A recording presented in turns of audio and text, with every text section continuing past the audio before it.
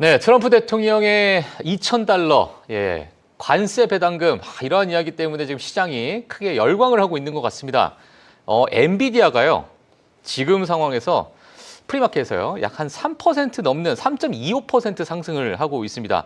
AMD도 3.6% 상승하고 있고요. 마이크론도 5%가 넘는 상승률을 현재 좀 보여주고 있습니다. 지난주 금요일 날 테슬라는 3% 빠졌지만 지금 2%대 또 반등을 보여주고 있는 상황 속에서 일부 AI에 있는 빅테크 플레이어들이 전부 다 상승을 하고 있는 이런 상황인데, 이걸 저희가 고지고대로 좀 받아들여야 되는지 하나씩 좀 짚어 나가야 될 것 같습니다. 시장의 유동성 측면에서 우리가 봐야 될 것들이 어떤 것들이 있는지 좀 하나씩 좀 봐야 될 것 같은데요. 오늘 디멘전 투자자문의 송재경 대표님과 함께 이 이야기 정말 세세하게 한번 이야기 나눠보도록 하겠습니다.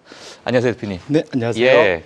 자, 지금 시장에서 뭐라고 해야 될까요? 이게 재정 지원책 이렇게 봐야 될까요? 경기 부양책 이런 단어들이 지금 막 나오고 있는데 지금 경기 부양을 할 때인가라고 제가 생각이 들 때 전혀 할 때가 아닌 것 같은데 이거 어떻게 봐야 됩니까? 1차적으로는 경기가 미국이 지금 3분기 우리 너무 좋다고. 너무 좋잖아요. 지금 4분기 들어왔는데도 지금 그 GDP 나오가 계속 우상향하고 있고. 근데 이 상황에서 경기 부양을 한다. 네. 어떤 속내가 있는지는 정말 정치적으로 많은 해석이 좀 있을 것 같은데 대표님께서 보시기에는 경제적인 부분은 저희가 이제 코로나 때 어느 정도 우리가 학습 효과가 좀 됐잖아요. 이거 인플레이션에 영향을 주는 거 아니야? 금리도 인상시키는 거 아니야? 앞으로 또 관세도 지금 기업이 품고 있는데 이것도 어떻게 될지 모르는 상황이고 정치적으로 좀 잠깐 정치적인 이야기 한번 좀 해볼까요? 어떻게 보세요? 결론부터 말씀드리면 트럼프가 레버리지로 국민들을 대법원 판사들 앞에 세웠다. 레버리지로. 네. 그러니까 일종의 뭐랄까요, 인간 방패? 만약에 대법원에서 관세가 위헌이다라고 만약에 판단하게 된다면 이 국민들의 이 경기 부양책이 없어질 가능성이 크니까. 당연히 그 돈에서 준다고 그랬잖아요. 그 돈에서 주는 거니까. 관세가 우리가 돈을 많이 벌었으니 그걸 우리가 배당할게. 인당 2,000불씩. 이게 얘기를 던져놓은 거잖아요. 근데 지금 보니까 우리 못 주게 생겼어, 나중에. 그거는 봤더니 대법원 탓이야. 저 판사들한테 물어봐. 난 주고 싶었어. 할 수 있지 않겠습니까? 그렇죠. 그러니까 사실은 역시 트럼프는 영리합니다. 사실은 이게 쉽게 이래나 저래나 트럼프 입장에서는 이렇게 해서 대법원 판사들이 압력을 받아서 이 관세 이 판결에서 유리하게 결과가 나오면 좋고 혹시 안 돼도 모든 그 화살을 대법원으로 갑자기 대법원이 트럼프가 잘못한 게 아니라 대법원이 잘못한 걸로 갑자기 확 급부상할 수 있겠죠. 그래서 트럼프 입장에서는 정말로 신의 한 수를 쓴 거고요. 대법원 판사들 입장에서는 안 그래도 어려운 판결을 엄청 어렵게 하게 만들게 됐다. 이게 갑자기 만국의 이제 매국노, 역적 이렇게 되는. 근데 사실은 냉정해 보면 이거 말을 툭 던졌지만 이게 미국의 돈은 의회가 쓸 수 있는 거잖아요. 그렇죠. 행정부는 정해진 대로 쓰게 돼 있지 않습니까? 그래서 특히 우리나라하고 좀 달리 미국은 전적으로 의회한테 재정권이 있는데 기본적으로 이만한 부양을 했던 게 코로나 때 1, 2, 3차 소위 그때는 스티뮬러스 책이라고 그래갖고 경기 부양 수표 이런 거 쫙 나눠줬잖아요. 세 번에 걸쳐서 그냥 돈을 꽂아줬죠. 주머니에다가. 근데 보통 그때 1차, 2차 때가 성인 기준으로 1,200달러, 600달러에서 합치면 한 1,800달러 정도 돼요. 지금하고 거의 비슷한 수준이네요. 그렇죠. 그리고 자녀들은 거의 한 절반 되는 한 5, 600달러 이런 정도로 해서 줬거든요. 대략 그때 1, 2차를 다 합치면은 한 4천억 달러, 4,100억 달러 정도 됩니다. 그러니까 아마 지금 그렇게 되면 작년 2024년도 그 명목 GDP의 한 1.3%? 1.3%? GDP의 1.3%? 바로 적자죠. 지금 안 그래도 6% 넘는 적자인데 적자가 바로 팡 튀겠죠. 일단 1차적으로는 사실 그렇기 때문에 사실은 그때도 1차는 카레스법, KARES법 그거에 의해서 지급했고요. 2차는 통합예산법 2021년도 거 그 안에 집어넣어서 해결했고 3차는 미국 3차는 더 컸죠. 그 1, 2차 합친 것만큼 3차 했었는데 예. 그거는 미국 구조법인가 하여튼 그거였습니다. 아, 그 법을 약간 다 다양하게 법을 해서. 다 만들어서 해결을 했기 때문에 예. 사실은 이번에도 만약 한다면 의회에서 일단 법안 상정부터 먼저 시작이 당연히 돼야 돼요. 해야죠. 예, 예. 근데 그러니까 과연 그게 이것이 또 될 것인가? 만만치 않지 않을까? 안 그래도 지금 사실은 야 그거 줄 바에 지금 메디케어부터 해결해라고 민주당은 나올 거잖아요. 그러니까요. 그거 안 주고 돈 찔끔 줘? 뭐 이렇게 나올 수 있잖아요. 사실은 그래서 사실은 냉정해 보면은 이것이 정말 통과될지라고 나는 트럼프가 생각지 않고요. 예. 제가 보기에는 이거는 전적으로 대법원 판사들을 압박하기 위한 수단으로 쓴 거지. 예. 저는 이걸 정말로 이걸 돈을 풀려고 마음먹었다. 이게 갑자기 이렇게 나온다.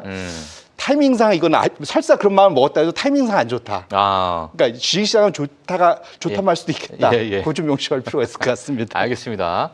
아, 좋다 말 수도 있다. 네. 예. 그러니까 지금 개인 투자자들이 정말 좋아했었던 그러한 종목들이 최근에 조정을 좀 주고 있었고, 뭐 그중에 뭐 엔비디아도 뭐 일부 그런 역할을 좀 하고 있었는데, 이런 수급 자체가 바로 이러한 최근에 좀 조정을 줬던 종목들로 특히나 이 빅테크 쪽으로 다 지금 들어가고 있는 상황이에요. 프리마켓에서 오늘 장중에 또 어떤 흐름이 뭐 펼쳐질지는 지켜봐야 될 것 같지만. 일단 지금 시장의 반응은 이러하다. 요거를 먼저 좀 짚고 넘어가도록 하겠습니다. 자, 그럼 오늘 대표님께서 좀 준비해 주셨던 내용이 좀 있는데, 일단은 지금 AI 관련해서 데이터 센터를 이렇게 지을 것이다, 저렇게 지을 것이다, 캐펙스를 2026년까지 이렇게 늘릴 것이다. 이것을 우리가 과연 뭐 굳이 얘기하자면 우리 기업들의 여러 가지 사이클 상으로 봤을 때 초창기 때 투자를 하고 있는 그러한 뭐 초창기 국면 뭐 이렇게 우리가 좀 받아들여야 되는 것인가? 아니면은 이게 너무나도 과도한 빚잔치인가? 뭐 이걸 한번 우리가 좀 체크를 좀 해봐야 될 것 같아요. 지난주 한 주 시장을 뒤흔들은 예. 그러니까 뭐 그건 이제 미국 장도 그렇고 우리나라 장도 마찬가지였고 전반적으로 조정 특히 AI 관련돼서 많이 좀 쉐이킹했죠. 쉐이킹 한마디로. 예.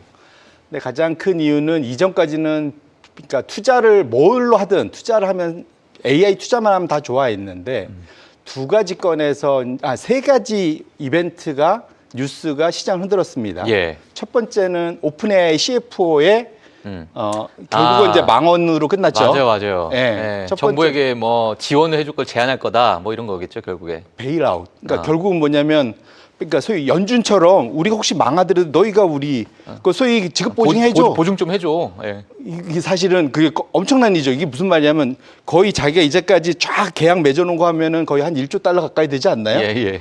근데 나 1조 달러 이거 정부가 거꾸로 말하면 미국 정부가 지금 뭐 보증을 안 쓰면 나 이거 못 할 수 있어.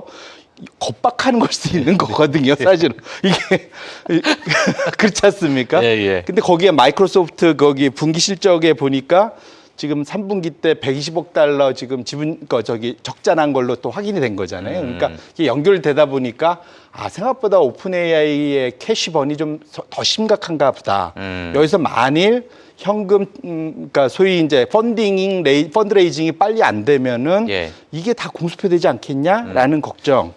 근데 제가 그 오픈 AI가 처음에 뭐 투자하겠다, 뭐 오라클과도 마찬가지로 그런 이야기 나왔을 때 이 오픈 AI 회사 내에서 본인들이 현금이 그래서 플러스로 전환되는 시점을 2029년이라고 본인들이 이야기를 그때 당시에 전 했던 걸로 기억이 나거든요. 네. 그러니까 처음에 2028년이다 했다가 조금 한 1년 늦춰질 수도 있다. 2029년 정도로. 맞습니다.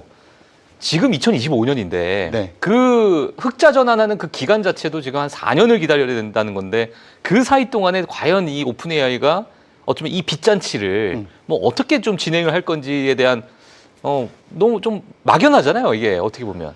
그러니까 가봐야 아는 거죠. 사실은 냉정해 보면. 그리고 대충 그때 계산했을 때 네트로 계산해 보면 한 3천억 달러 캐펙스가 들어가야 되고 그러면 실제로 벌려면 한 5천억 달러 매출이 나와야 되는. 5천억 달러. 예. 만만치 않죠.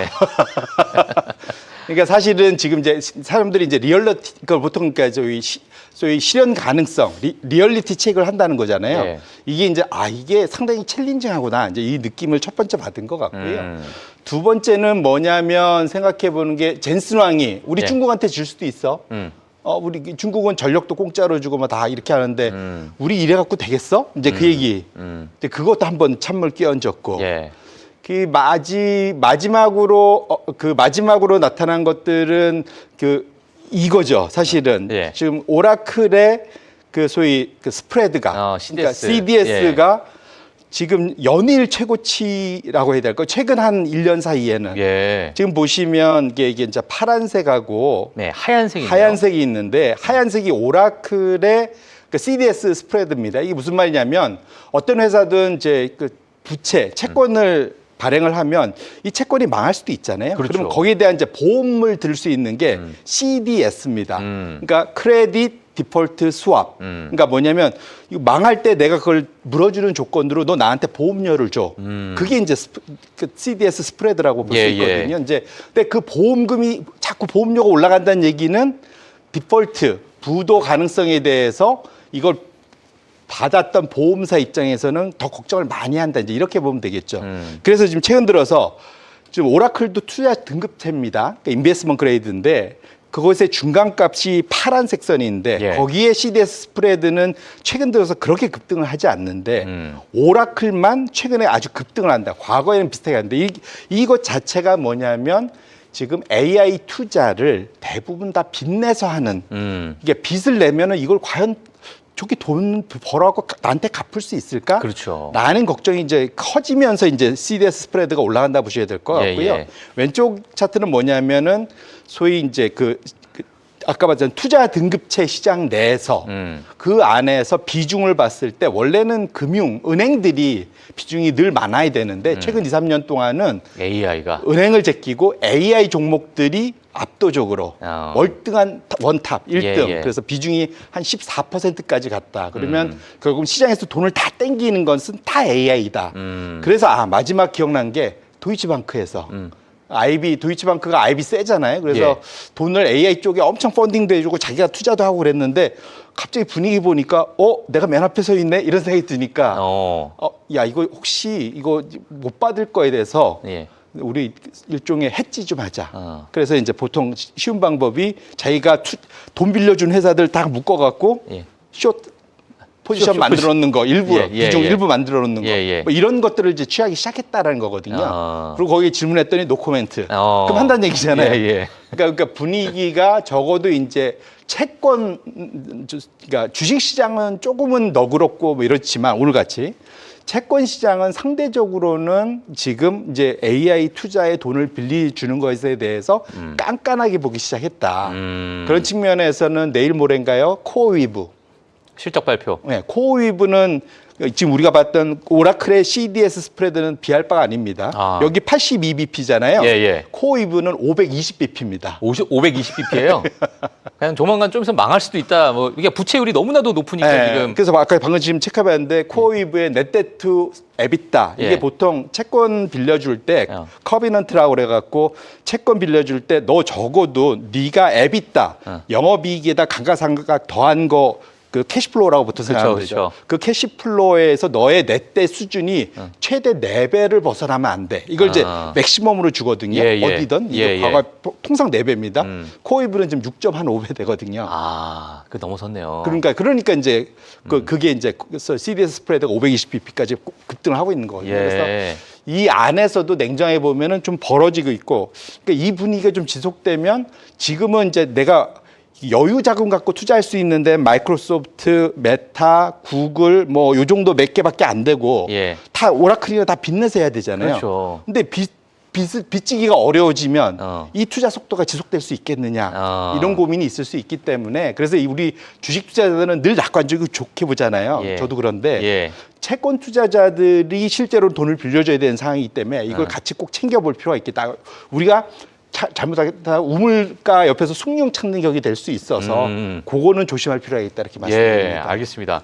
그러니까 이제 지금 뭐 시장을 좀 바라보게 되면 일부 기업들 정말 현금 흐름이 좋은 기업들이야 뭐 투자하고 일부 뭐 회사채를 발행한다고 해도 시장에서 그렇게 크게 염려하지 않는 분위기이긴 한데 이미 어느 정도 체력적으로 고갈이 나 있는 기업들이 그 이상의 뭔가 본인의 역량 이상의 뭔가를 끌어들여서 저게 가능하냐라고 이제 그런 의구심 때문에 일부 기업들이 약간의 이런 CDS 스프레드 같은 게 크게 튀어오르고 망하는 거 아닐까라는 우려감이 시장에서는 좀 있는 것 같은데 이게 과거 사실 닷컴 버블 때도 이러한 기업들은 늘상 있긴 했었잖아요. 그쵸. 그때도 뭐 일부 맞습니다. 기업들이 물론 거기서 이제 시장에서 좀 정말 우려했던 기업들은 사라진 기업들도 분명히 있을 것이고 뭐 했겠지만 뭐 어떻게 봐야 됩니까? 이런 것들을 그러니까 이게 뭔가 어떤 혁신의 어떤 단계에서 또는 뭐 하나의 메가 트렌드의 어떤 초기 국면에서는 이런 것들을 좀 받아들이고 시장을 좀 가야 되는 것인가?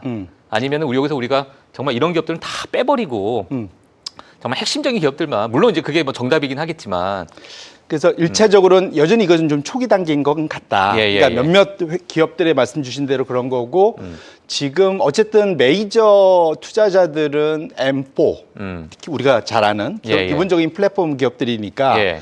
결국은 뭐 메타, 마이크로소프트, 뭐 구글 뭐 이런 데들이니까 예. 아마존 뭐 이런 데니까 사실은 이들의 투자는 내년까지 지속될 텐데 사실은 그거 우리가 기대는 그것뿐만 아니라 나머지로 마구마구 확산되는 거를 사실은 기대하면서 지금 네. 우상향을 생각을 하고 있는 거잖아요. 네네. 그러니까 이 속도가 좀 슬로우 다운할 수 있다는 걸 보셔야 될 것 같고 이전에는 그러니까 내 돈 갖고 투자하면 이런 것입니다. 아마 이렇게 B2 해보시고 그냥 내 R 주식 투자하신 분 아시겠지만 R 주식 투자하면 혹시 좀 상황이 안 좋으면 주가 빠지면 그냥 버티면 돼요.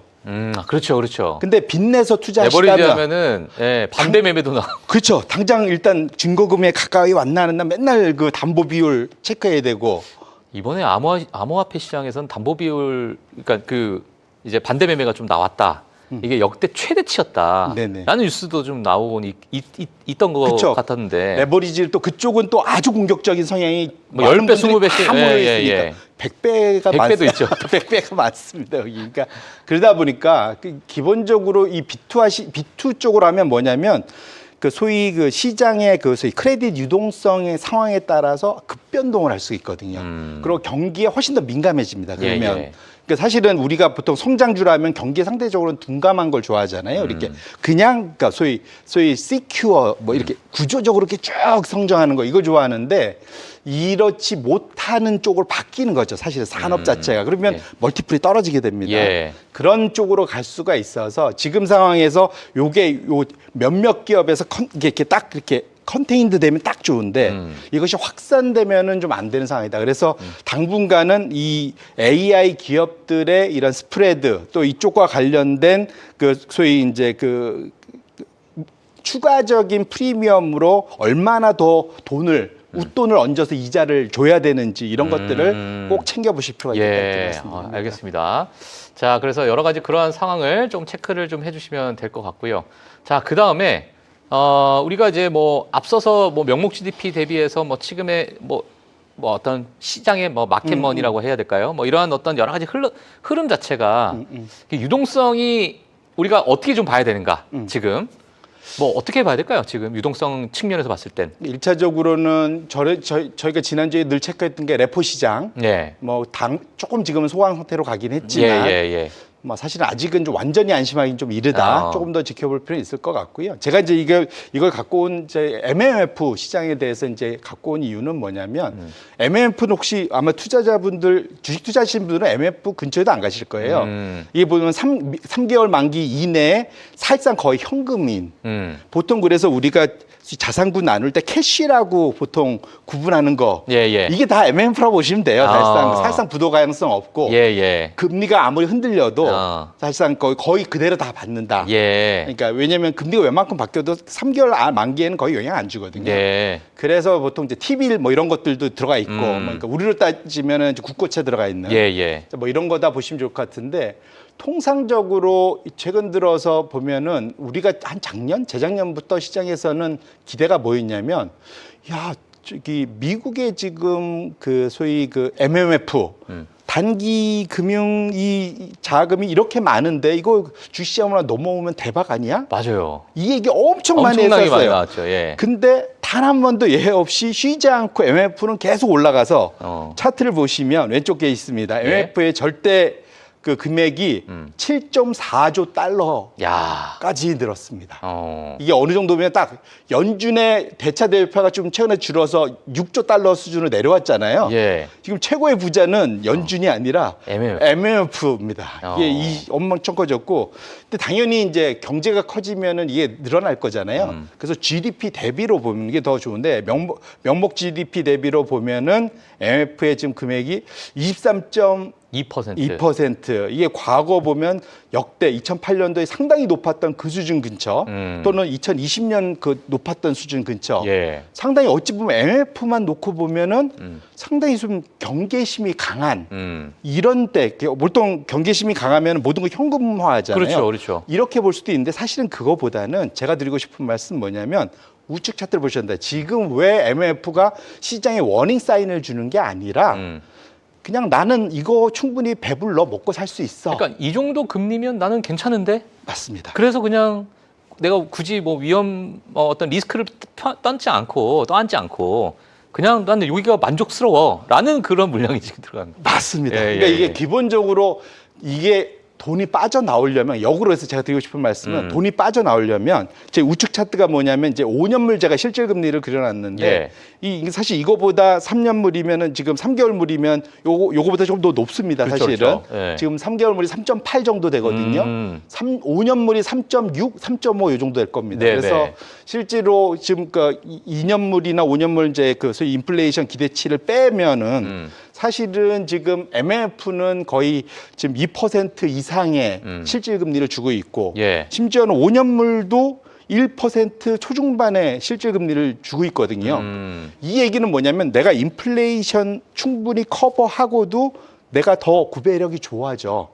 가만히 놔둬도 그냥. 그렇죠. 예. 안전한 거죠. 예, 예. 이게 망할 일 없으니까. 그러니까 이렇게 되다 보니까 주식시장으로 웬만해서는 잘 안 넘어오는 거예요, 이게.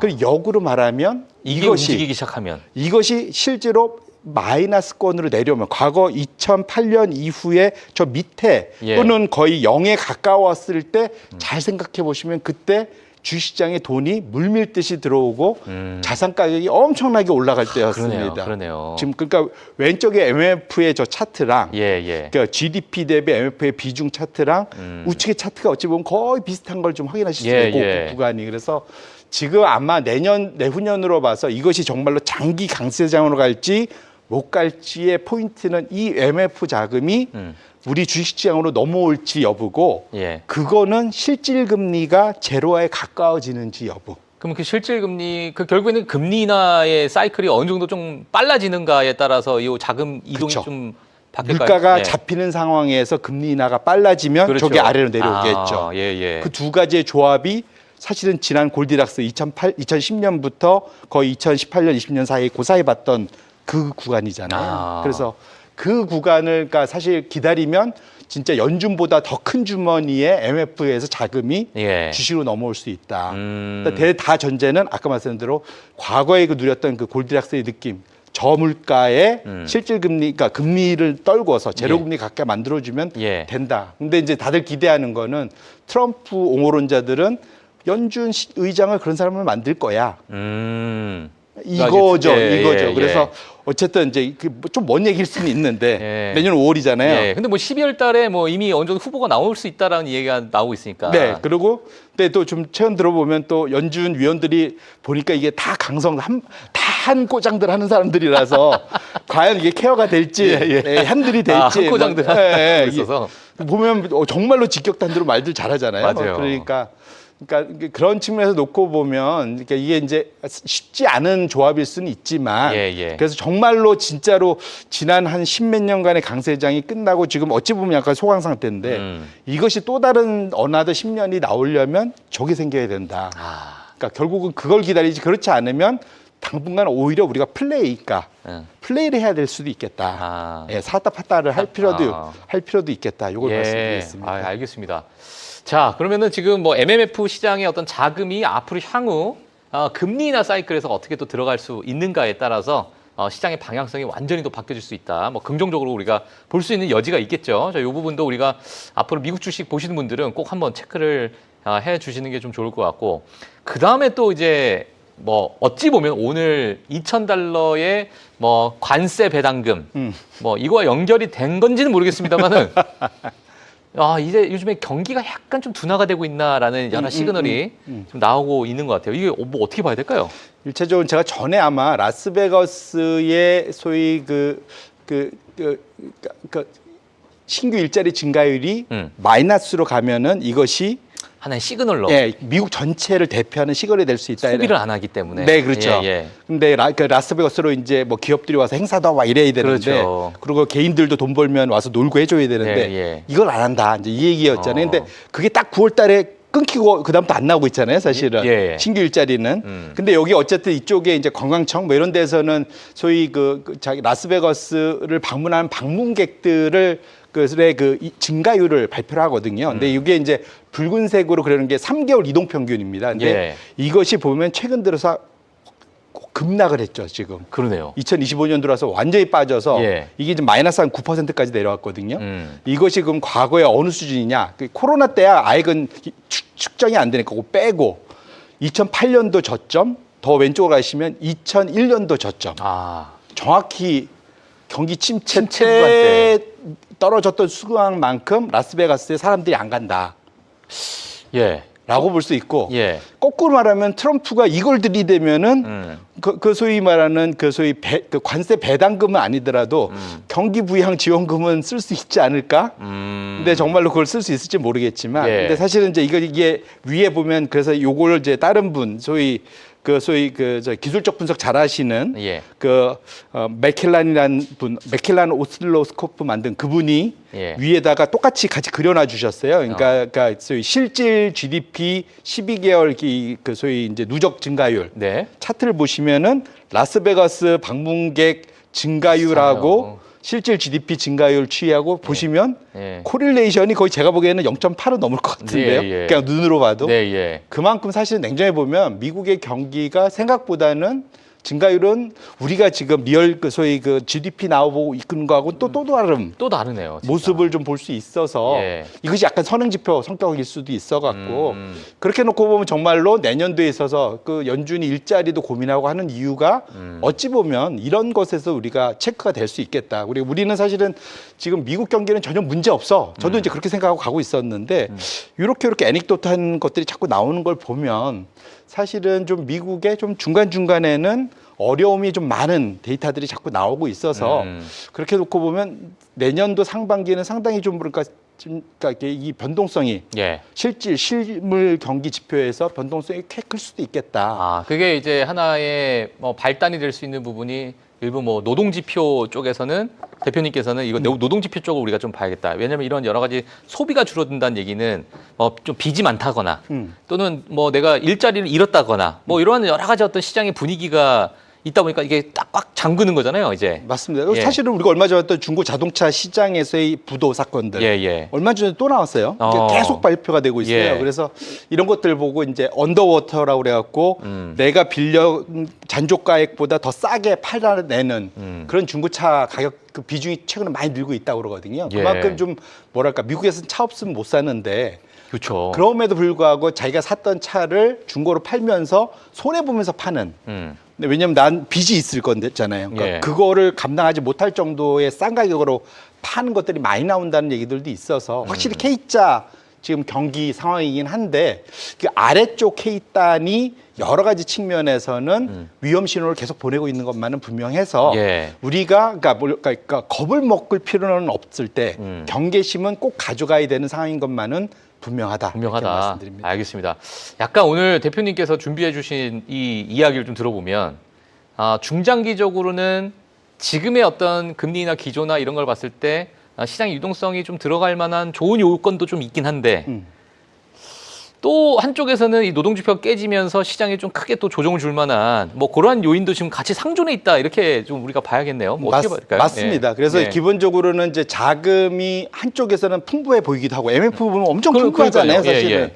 근데 이거는 뭐랄까 민간들이 갖고 있는 거라 어. 이게 마음이 얼어붙으면 안 풀죠. 안 풀죠. 예. 그러니까 그래서 이게 마음이 풀릴 수 있는 환경들이 돼야 되는데 그 환경이 지금 상황에서는 그러니까 시그널들은 예. 특정 분야만 좋고 나머지는 좀 안 좋은 시그널들이 꽤 나오고 있기 때문에 예. 그래서 이제 이것이 믹스됐을 때 어떤 것에 과민 반응할 가능성 뭐 이런 것들도 염두를 해둬야 어렵네요. 되는. 그래서 만만치 않은 시장인 시장이 것만 어렵네요. 분명합니다. 맞습니다. 이게 예. 한쪽으로 선을 쫙 긋고 가기에는 상당히 뭐랄까. 그러니까 어느 쪽으로든 우리의 예상과 달리 갈 수 있는 확률이 예. 상존하고 있는 것만 분명하다 이렇게 말씀드립니다. 알겠습니다.